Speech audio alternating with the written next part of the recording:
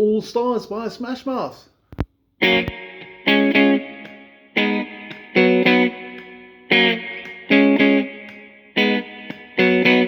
It's a really easy song, but the reason why I chose this one is because it's got different ways to play F sharp, got a different way to play a C sharp, and we don't have to go the easy way of having to put a capo on. We can actually play it right, and it sounds pretty cool, and we're learning some new chord shapes. So before we go any further, please make sure you've got the PDF. We're going to focus on your fretting hand, and you'll see at the top of the page on the right hand side it says verse and bridge chords, and watch the fret numbers. That's your clue. Our opening chord is an F sharp. If you think of a normal F, which is over here, for example, when we sharpen something, we go up in pitch. So if you go from a lower to a higher, we say we've sharpened it, F sharp. And all that we have to do for this is we don't need to play the string. So your first finger need not be flat, makes it easier. Middle finger goes to the third string, ring finger to the fourth string. Now the trick with the strumming over here is a very short, powerful strum. I definitely use a pick for this one as a suggestion, but you can use fingers, but I'd think of a pick. I'd sort of pre-position my pick just above the fourth string, so it's 1 and 2 and 3 and 4. And your basic rhythm, if I had to count it loud, is going to go 1 and 2 and 3 and 4. So nice and easy. 1 and 2 and 3 and 4. That's your strumming pattern. But let's go back to the chords and see how the chords work with this. As we mentioned, F sharp, fret 2, 3, 4.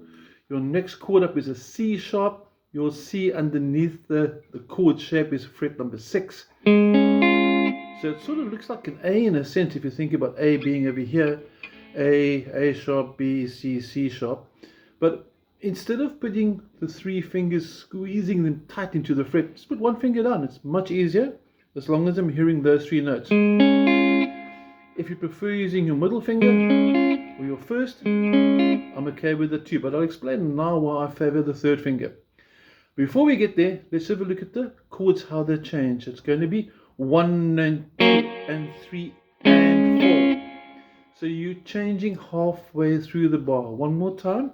3 and 4 and 1 and 2 and 3 and 4. Now, if you do the C sharp with your ring finger, finger number 3, when you go to the G sharp minor, you can leave your ring finger there. Obviously, no longer flat, so you can see it's gone from here to there. You can see the angle changing. And then we bring the first finger down across the bottom 3, even though you're not playing that bottom string over there. Even though it's not being used, we're still going to fret it. It's just easier. And this chord shape should remind you of F minor, F sharp minor. It's a movable chord. That's why I like the song. And it's going to be 1 and 2. And the cool thing there is when you go to the B, all you do is release your ring finger.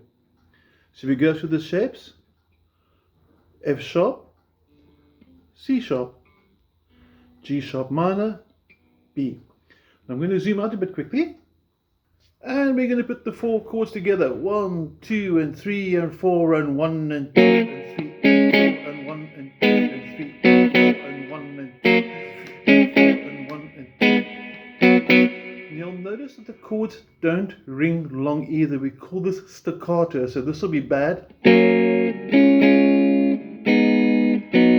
In here it doesn't sound right. We need that very short, almost choppy chord. They call it staccato, like I mentioned earlier. So like this: 1 and 2 and 3 and 4 and 1 and 2 and 3 and 4 and 1 and 2.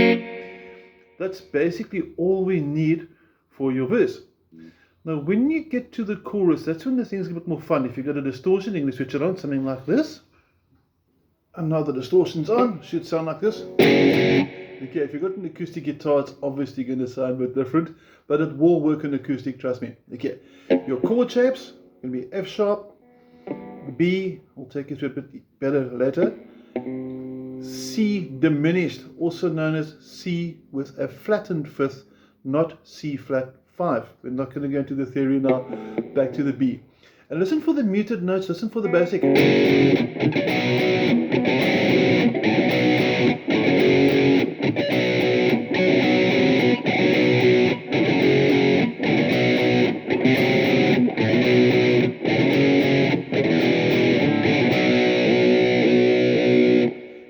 tremolo is pretty sweet to have. But we want to zoom in now on what the chords will look like of those power chords.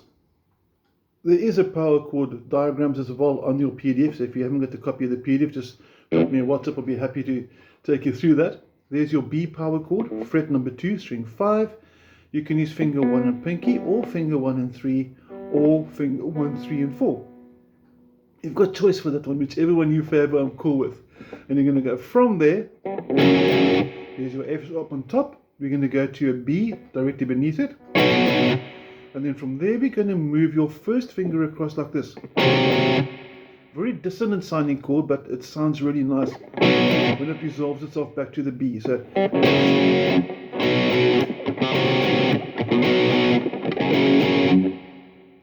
also, just to help the power chords for this part dampen a bit better, you can see this very small movement, and you can hear the string tapping on the fretboard. When I relax, it gives me that nice muted sound. This sounds pretty cool. So from F sharp, C, there's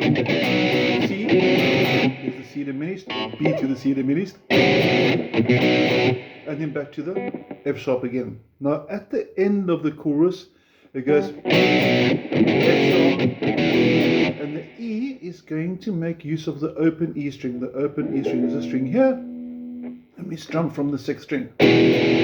And when you get back to the B, you get a ring. If you got a tremolo, that sounds pretty sweet, but that's not a must do.